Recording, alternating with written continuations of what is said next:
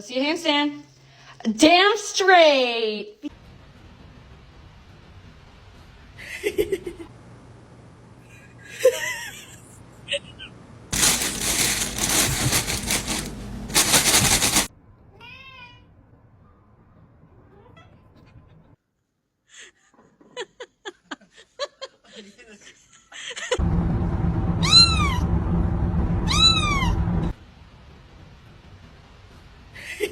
The most dangerous animal on this planet.